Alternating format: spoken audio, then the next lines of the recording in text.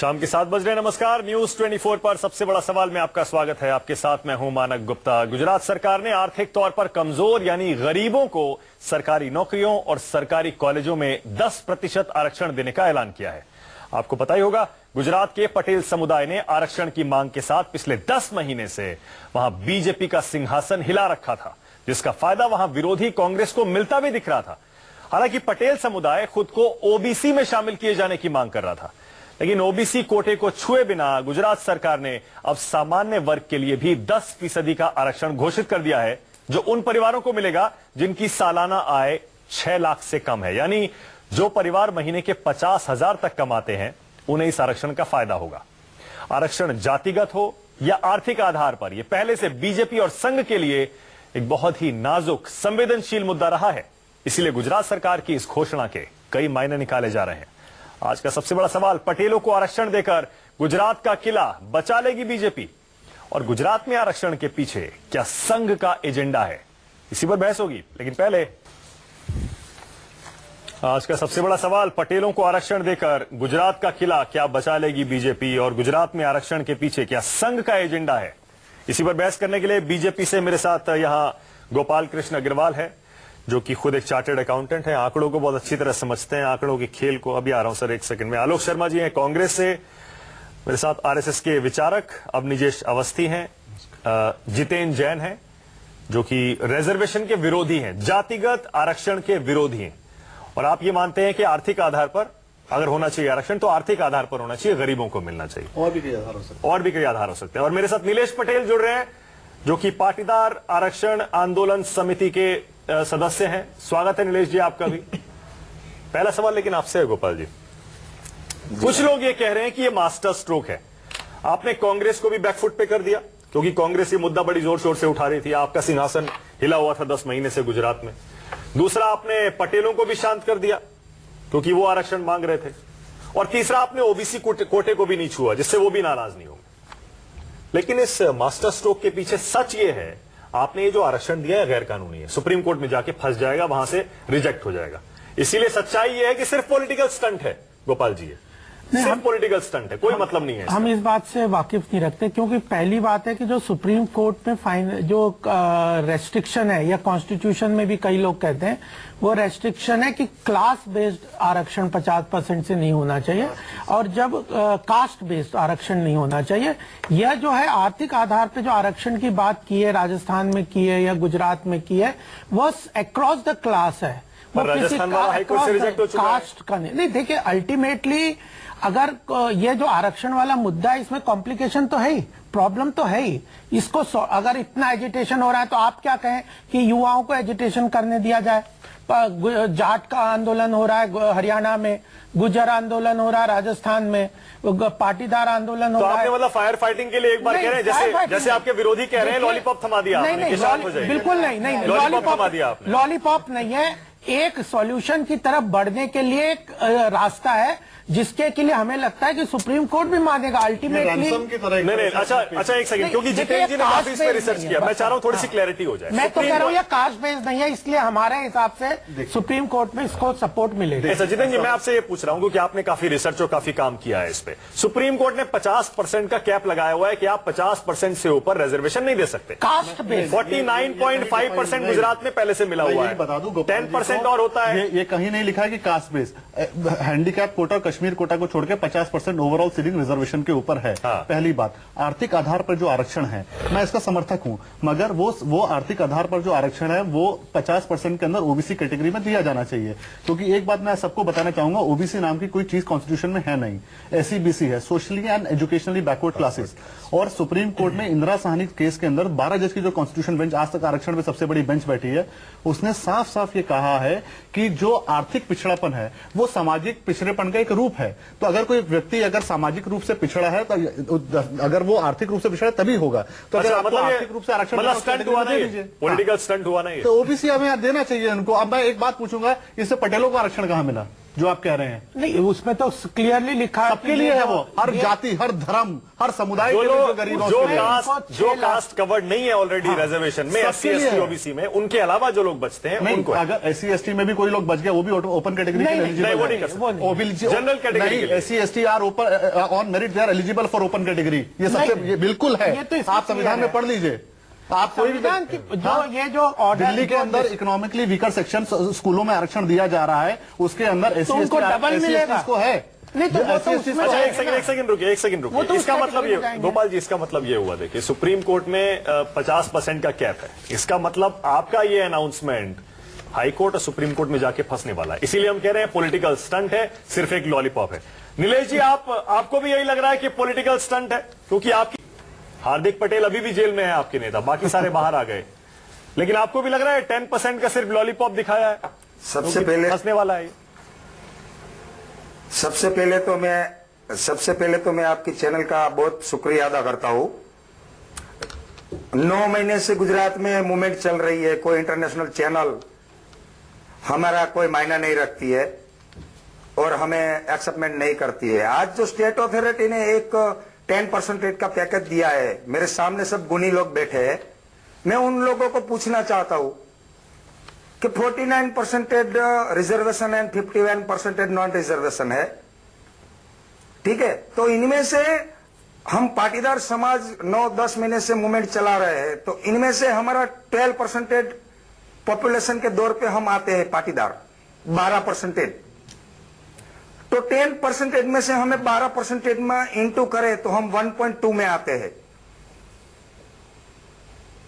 ठीक है? तो 1.2% में हमें क्या हिस्सा मिल सकता है? ये 1.2% के लिए हम निकले हैं क्या? ठीक है। आप क्या साबित करना चाहते हैं? घोड़े और गधे को दोनों को साथ में दौड़ाना चाहते हैं क्या? इस तरह का शब्द। अरे एक सेकंड नीलेश जी, एक सेकंड। नीलेश जी, आपकी भावनाओं की कदर करता हूं, आपका गुस्सा भी समझता हूं, फ्रस्ट्रेशन भी समझ रहा हूं, लेकिन प्लीज किसी और के ऊपर आप इस तरह का कमेंट ना करें जो उसकी भावनाएं आहत हो जाएं। एक चीज इसमें एक बहुत बड़ा पेच है। इसमें कहा गया है कि इसमें आर्थिक रूप से पिछड़ा कौन है। ये कह रहे हैं 6 लाख रुपए से कम। मैं उस पे आऊंगा, अभी उस पे आऊंगा, लेकिन पहले उस पे आऊंगा, लेकिन मैं जरा थोड़ी पॉलिटिक्स समझ लूं। आलोक जी, आपको भी पता है इलीगल है, सुप्रीम कोर्ट में, हाई कोर्ट में फंस जाएगा, 50% से ऊपर आप दे नहीं सकते। आपने 20% की मांग कर दी। आप भी जिस पॉलिटिक्स में बीजेपी खेल रही है, आप भी उसी में 2 कदम आगे चले गए। नहीं, देखिए, मैं समझता हूं कि जब भारतीय जनता पार्टी आई है, चाहे वो 1991 में वीपी सिंह के समय में बीजेपी ने सपोर्ट देकर वो सरकार चलाई हो, मंडल कमीशन आया हो, चाहे राजस्थान का गुर्जर आंदोलन रहा हो, और चाहे जाटों की हिंसा हरियाणा में रही हो, और चाहे अभी पटेल आंदोलन हमने देखा गुजरात के अंदर, बीजेपी आती है, पहले आरक्षण के लिए हवा देती है। अरे भाई, आपको अगर यही रिजर्वेशन देना था, यही लॉलीपॉप देना था, तो 20 लोग मर गए, 20 से ज्यादा वहां पर, इतनी सरकारी संपत्ति का नुकसान हो गया, तमाम लोगों के ऊपर सिडेशन तक के चार्जेस लग गए, लाठी चार्ज हो गए, उसके बाद आपने लॉलीपॉप दिया। मैं केवल ये कह रहा हूं कि कांग्रेस पार्टी जो डिमांड कर रही है वो ये कर रही है कि आप कॉन्स्टिट्यूशनली उसको चेंज कीजिए। हमारा 2009 का, 2004 का दोनों अगर मैनिफेस्टो देखेंगे आप, कि कॉन्स्टिट्यूशनली पहले चेंज कीजिए। हमने भी जाटों को मतलब पार्लियामेंट में, हाँ, पार्लियामेंट आप सपोर्ट करेंगे? पार्लियामेंट में आपकी पार्टी सपोर्ट करेगी? पार्लियामेंट में अगर आर्थिक आधार पर होता है और वर्तमान के रिजर्वेशन को एज इट इज रख के, उसके अलावा अगर दिया जाता है तो कांग्रेस पार्टी आर्थिक आधार पर सपोर्ट करेगी। तो आर्थिक आधार पर क्यों दिया जाना चाहिए? क्यों जाति, या तो आप जाति का विरोध कीजिए, और जाति पे भी देंगे, आर्थिक पे हर तरीके से वोट लेंगे। ये कहां तक ऐसा नहीं है? देखिए, जो अगड़े लोग हैं उसमें आर्थिक तौर पर जो पिछड़े हैं, अगर उनको भी फायदा मिले तो इसमें नुकसान। बढ़िया। मैं एक सवाल पूछूंगा, नुकसान ओबीसी रिजर्वेशन के ऊपर एक कैप है कि कोई भी व्यक्ति का 6 लाख रुपए से ज्यादा कमाता है तो क्रीमी लेयर के अंदर आएगा। तो मतलब 6 लाख रुपए से ज्यादा कमाने वाला व्यक्ति क्रीमी लेयर है। 50,000 महीना, 10 लाख है। यहाँ ये कह रहे हैं 6 लाख रुपए से कम कमाने वाला आर्थिक रूप से पिछड़ा है। तो मिडिल क्लास कहाँ है? ओबीसी कह रहा है 6 लाख से कम कमाने वाला पिछड़ा है। आज ये राजनीतिक नेता कह रहे हैं कि 6 लाख तक उससे ऊपर कमाने वाला ओबीसी के अंदर क्रीमी लेयर है। तो वोट मांगने के लिए आपने 1 रुपए का भी डिफरेंस नहीं छोड़ा। देखिए, मैं जितने एक वोट ना मिस हो जाए। मैं समझता हूं कि भारतीय जनता पार्टी को क्लैरिफाई करना चाहिए कि आप ये 6 लाख वाला आपकी गवर्नमेंट का है, मनमोहन सिंह सरकार का है। 6 लाख की जो लिमिट ओबीसी में रिवाइज करी है वो तो मनमोहन सिंह सरकार ने करी है। नहीं, आप चाहते हैं कि वो 6 लाख की लिमिट भी ना रहे? मैं तो कह रहा हूं उसे कम करना चाहिए। 6 लाख रुपए कमाने वाला कहां गरीब हुआ? मैं वही कह रहा हूं कि अगर आपका 6 लाख का लिमिट है उसको कम करने की बात कीजिए, उस पर चर्चा मानेंगे? उस पर चर्चा कीजिए, बिल्कुल मानेंगे। आप उसको चर्चा करने के लिए प्रस्ताव लेके आइए। अच्छा, आपने किया, प्रॉब्लम ये अपनी बात का विरोध करेंगे? मैं विरोध की बात नहीं है, अपनी बात का विरोध करेंगे? सर, कॉन्स्टिट्यूशन एक बार बना, उसमें 400 अमेंडमेंट हो गए, तो क्या विरोध हो गया? क्या आप गलती मान रहे हैं? गलती करने के बाद गलती मान रहे हैं कि आपने गलती की? आप गलत रूप में उसको सर, मैं कह रहा हूं आलोक जी, मैं आपकी बातों से ऐसा समझ रहा हूं, आप ये कह रहे हैं 2.5 लाख का। हाँ नीलेश जी, एक सेकंड नीलेश जी, एक सेकंड। मैं समझ रहा हूँ आलोक जी आपकी बात से। आप ये कह रहे हैं जातिगत आरक्षण को नहीं छुआ जाना चाहिए, बिल्कुल। उसके अलावा जनरल कैटेगरी में आर्थिक रूप से कमजोर लोगों को 10%, 20% अगर आरक्षण देना चाहती है सरकार आपकी पार्टी ऊपर एक कमेटी बने और उसके पूरी तरह से उसके ऊपर चर्चा हो, संविधान में बदलाव करके ये किया जा सकता है। आपकी पार्टी पार्लियामेंट में सपोर्ट करेगी। बात संघ प्रमुख कह रहे हैं, आज एक बार आरक्षण के ऊपर चर्चा हो जाए कि क्यों अगड़े वर्ग के अंदर पिछड़ा बनने की होड़ लगी है, एक बार पता चल जाए कि क्यों हमारे अग्रिम समाज को पिछड़ा बनने की होड़ लगी है। क्या कहा था वो एक अलग चीज थी, लेकिन मैं कहना चाहता हूं कांग्रेस पार्टी का स्टैंड बिल्कुल पूरी तरह से क्लियर है। वर्तमान का रिजर्वेशन चलना चाहिए, उसके अलावा और आरक्षण देना चाहिए। जिस तरह से आर्थिक तौर पर जो सर मेरिट वाले कहा जाएंगे, मेरिट वाले अगड़ों में जो जनार्दन द्विवेदी ने ऐसी बात साइडलाइन कर दिया। कोई बात नहीं ना, आप मेरी चिंता मत कीजिए, आप अपना कोर्ट का केस लड़िए। कांग्रेस पार्टी का जो स्टैंड है पूरी तरह से मैं क्लियर कर रहा हूँ। किस आधार पर? वर्तमान का, अरे भैया क्लियर तो कर रहा हूँ ना, आप सुनना ही नहीं चाहते हैं। आप तो वकील की तरह बात कर रहे हैं। मैं सीधा सीधा ये कह रहा हूँ कि आप माइनॉरिटी में आए जन समुदाय, आपने विरोध नहीं किया उसका। बिल्कुल मैंने विरोध किया और मैं आरक्षण नहीं लेता हूँ। नहीं, मैं नहीं कह रहा कि राहुल गांधी ने 2 दिन के अंदर, अरे भाई आप जैन समुदाय के ऊपर आरोप मत लगाइए, हमने नहीं। जैन समुदाय की क्या बात कर रहे हैं? जैन समुदाय ने 10 डेलीगेशन गए हैं AICC में, रोक दीजिए। AICC के डेलीगेशन आपके चुनाव से 1 हफ्ते पहले दिया है। 1 हफ्ते पहले नहीं गए, पिछले 25 साल से डेलीगेशन आए, मेरे पास रिकॉर्ड। रुकिए ना, आप रुकिए। मैं केवल ये कहना चाहता हूं जो वर्तमान का आरक्षण है वो चलता रहे, और आर्थिक तौर पर जो अगड़ों में पिछड़े हैं उनको रिजर्वेशन के लिए बीजेपी अगर पॉलिसी लाती है उस पर कांग्रेस पार्टी जरूर चर्चा। ठीक है आपकी। अब निजेश जी, एक आरोप ये लग रहा है, गोपाल जी मुझे पता है आप भी बोलना चाहेंगे। आरोप ये लग रहा है कि गुजरात को एक प्रयोगशाला की तरह एक बार फिर से इस्तेमाल किया गया है। आरोप ये लग रहा है कि पहले पाटीदारों के इस आंदोलन को हवा दी गई और उसके बाद अब ये 10% का जनरल कैटेगरी में इकोनॉमिकली बैकवर्ड क्लासेस के लिए रिजर्वेशन आपने अनाउंस कर दिया, क्योंकि आप असल एजेंडा अपना बड़ा वाला उसे धीरे धीरे गुजरात से निकाल के पूरे देश में लागू करना चाहते हैं, जो संघ प्रमुख अपने मुंह से भी कह चुके हैं कि समीक्षा होनी चाहिए। असल एजेंडा क्या है? असल एजेंडा यह है कि जातिगत आरक्षण खत्म होना चाहिए और आर्थिक आधार पर हर जाति के लोग को आरक्षण मिलना। इसमें गलत क्या है? अभी तो आलोक जी ने कहा, संघ प्रमुख की बात छोड़िए आप, अभी आलोक जी ने कहा कि एक कमेटी बना दीजिए हम तैयार, और वो ये तय करेगी कि आरक्षण कैसे दिया जाए, और हम भी तैयार है इसके लिए। समीक्षा की बात कह रहे हैं कि जातिगत आरक्षण को छुए बिना कमेटी, हाँ कह रहे हैं जातिगत आरक्षण को छुए बिना। बिल्कुल। केवल गुजरात के लोगों को शांत करने के लिए ना हो। बीजेपी के प्रवक्ता महोदय ने, बड़े भाई ने 2 सेंटेंस कही, हम इससे वाकिफ नहीं रखते कि कोर्ट में जाके गिरेगा कि नहीं गिरेगा, हमने तो केवल युवाओं को शांत करने के लिए झुंझुना दे दिया है। मैं अच्छा अब मानिक जी, अब मैं बोलूंगा तो बीच में इनसे कहेगा, बीच में ना बोलिए। ऐसा है कि माननीय सरसंघ चालक जी ने कभी भी ये नहीं कहा कि जातिगत आरक्षण नहीं होना चाहिए।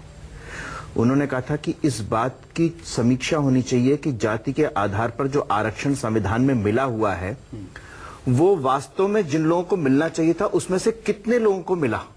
और उन्होंने ये स्पष्टता कहा था कि जो जाति का दंश जिन जातियों ने झेला है, अगले 100 वर्षों तक भी उन जातियों को आरक्षण का लाभ मिलेगा, तब वे समानता के स्तर पर आ पाएंगी। ये ऑन रिकॉर्ड है बात। संघ जो है वो सामाजिक समरसता में विश्वास करता है, उसके लिए जाति, धर्म, पंथ, मजहब, ये सब जाति के आधार पर होना चाहिए, आरक्षण नहीं होना चाहिए। जिन जातियों ने अपनी सामाजिक विद्रूपताओं के कारण जातिगत दंश झेला है, वो कैसे आएंगी समानता पर? वो ऊपर कैसे आएंगी? वो कैसे आएंगी? लेकिन समीक्षा होनी चाहिए। नहीं, एक सेकंड, मैंने कहा तो मानस जी बोलेंगे। अलग सुन लीजिए, बीच में सुन लीजिए। हाँ बोलिए। आप बताइए, कंप्लीट करिए आप। मैं बोल रहा हूँ, मैं बता वो परिवार से नहीं बनता किसी, हमारे अध्यक्ष किसी एक परिवार के लिए रिजर्वेशन आपके यहाँ एक परिवार का, रिजर्वेशन आपके यहाँ एक परिवार का, एक परिवार का आदमी बन सकता है। आपके यहाँ तो जाति का नहीं, एक परिवार का आरक्षण है आपके यहाँ। वो आपके परिवार से आगे नहीं निकल पा रहे। मोतीलाल नेहरू से लेकर के राहुल गांधी तक इनके यहाँ तो एक परिवार का आरक्षण है, लेकिन वो आरक्षण डेंगू पे चर्चा करो तो गांधी फैमिली में पहुंच जाता है। अरे हमने वो सब जगह नाम आ रहा भाई, इटली की कोर्ट कह रही है। अरे भाई इटली की कोर्ट नहीं कहा, नहीं आप गलत शब्द इस्तेमाल कर रहे हैं। बिल्कुल, अरे पार्लियामेंट में कही मुझे नहीं, इटली की कोर्ट ने नहीं कहा, अरे आरक्षण, अरे यार एक सेकंड, अब देखिए सर, ये आप लिमिट में रहिए, देखिए यही होता है। लिमिट में रहिए।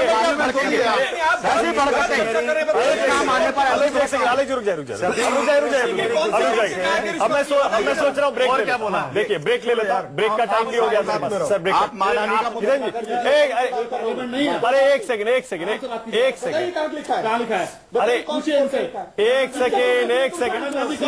अरे ये भी तो बोल रहे मैडम गांधी रिश्वत, अरे जितेंद्र जी, अरे जितेंद्र जी एक सेकंड, पार्लियामेंट नहीं है, अरे एक सेकंड, आप कीजिए, मैं ऐसे ही रखूंगा। आलोक जी, जितेंद्र आरक्षण नहीं है, अरे सर एक सेकंड, मैं ये कह रहा हूँ, अब आरक्षण की बात सर सुन तो लीजिए। आप कह रहे हैं गांधी फैमिली ने रिश्वत, यार मैं कह रहा हूँ आरक्षण की बात कीजिए आप। अरे एक सेकंड आलोक जी, एक सेकंड, पार्लियामेंट नहीं है सर, एक सेकंड, अरे आप जो मर्जी बोल के चले बिल्कुल कह रहे हैं, पूरा देश बोल रहा है। एक सेकंड, मुझे ब्रेक लेना पड़ेगा, लेकिन मैं एक बार फिर से अपने दर्शकों से कह रहा हूं कि यहां कोई अगर किसी के ऊपर निजी आरोप लगाता है बिना किसी सबूत के, बिना किसी आधार के, उसके लिए हम जिम्मेदार नहीं है, हम अपने आप को उस बयान से अलग करते हैं। आप सबसे रिक्वेस्ट कर रहा हूं, प्लीज इसे निजी ना बनाएं, आप मुद्दे पे बात करें और एक बार में एक बोले, हमारे दर्शक देख रहे हैं, वरना वो अपने आप तय कर लेते हैं कि किसकी बात में दम है, किसकी में नहीं है। थोड़ा सा ब्रेक ले रहा हूं, सबसे बड़ा सवाल जारी है, देखते रहिए News 24।